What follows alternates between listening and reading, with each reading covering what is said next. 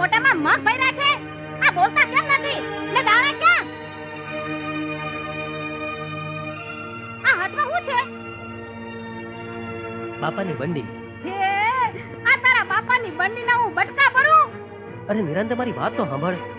આ 2 દી પહેલા બાપાએ ઢંઢેરો પીધાવ્યો હતો કે આશ્રમના હંધાએ માલ સામાનની હરાજી કરાવવી છે.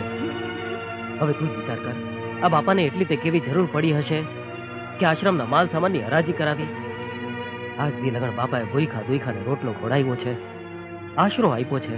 એટલે બાપાને મદદ કરવા હારું મેં 20 રૂપિયામાં હરાજીમાં બંડી લીધી. એ કરણ દાનેશ્વરીના દીકરા, આ ઘરના છોકરા ઘંટી ચાટે છે ને તું 20 રૂપિયામાં બંડી લઈ આવ્યો. આ તારા છોકરાઓનું હું કરું? માજન વાડે મૂક્યા હું? એ મારા માવતર, આ બગડના હારે મને ક્યાં પૈણાવી? અરે આના કરતા તો મને લગન મંડપમાં કાળો ના કેડો અમને તો હારું થાત. એ મારા માવતર, એ માવતર, તમે મને બચપણમાં દૂધ પીતી કર્યું હોત ને તો આને આગળ તો હું પગલું ના મૂકત. ના તારા બાપની બંડી.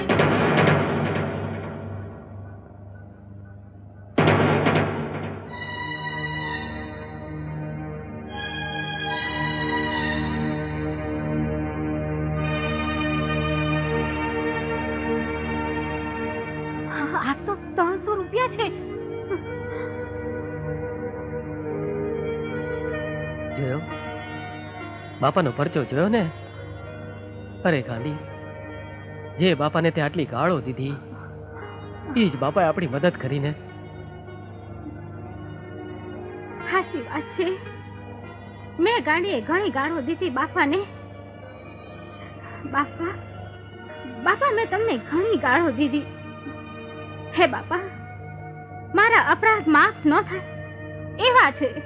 બાપા તમે તો મોટા મનના છો. બાપા, મને તમારી દીકરી ગણીને માફ કરી દેજો. હે બાપા, આજથી હું નેમ લઉં છું કે તમારો દીવો કર્યા વગર પાણી નહીં પીવું. હે બાપા, મને માફ કરી દો. એકવાર બાપા સીતારામ બોલ, તારો મનખો ઉતરી જાહે. બાપા સીતારામ.